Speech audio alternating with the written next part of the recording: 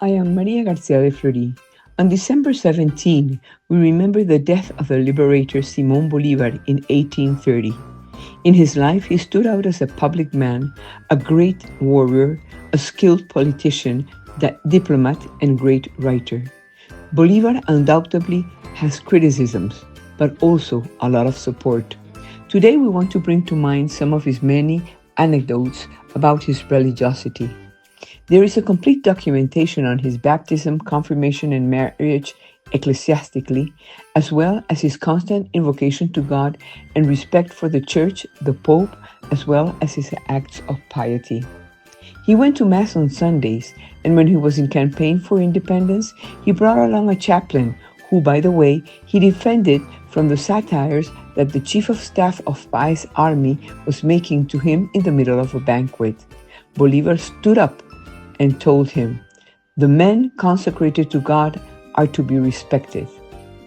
On another occasion, he scolded his aide de camp for crossing his legs in church because that was disrespectful to God. Simón Bolívar stood out for his great humanism. It seems that the glory made him closer to people. Religion told him to forgive and love. In Volume 3 of the Complete Works of the Liberator, on page 867, he tells General Urdaneta, "You must be fair since you offended. Justice does not harm and is something great and beautiful. The rest shows little spirit. I would do it like this. Everything else is not worthy of you, and the country requires it."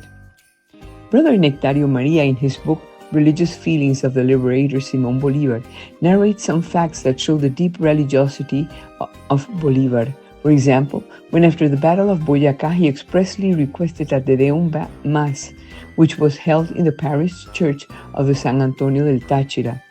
They placed Bolívar in the presbytery, and next to him, they placed a Venezuelan flag.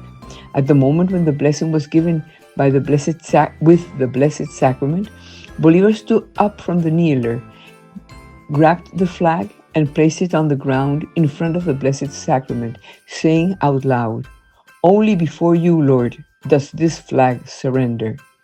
Before beginning the Admiral campaign, he visited the Christ of La Grita to ask for his help, and when he left, he went walking backwards because he said that you never turn your back on Christ. Before going to confront his enemy in Campo de Carabobo, he passed through Guanare and went to kneel in front of the image of Our Lady of Coromoto, left to the cacique, to ask for his help. His devotion to the Virgin Mary is well known under the devotions of Belén, Chiquinquirá, and Coromoto. Our liberator Simón Bolívar, from a very young age and until his deathbed, expressed his awareness of having the mission entrusted by God to break and free the chains of oppression, protect and maintain the Catholic Christian religion until I die, as he said. Pay gratitude and honor to the Mother of God, the Virgin of Liberty, the Immaculate Conception. Teach religion in school and ecclesiastical sciences in the university. Preach Christian morality, peace, and harmony, because he said, without the conscience of religion, morality has no basis.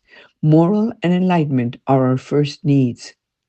The facts show a liberating Simón Bolívar who was born, lived, and died in the Catholic religion, because he knew that with God we always win.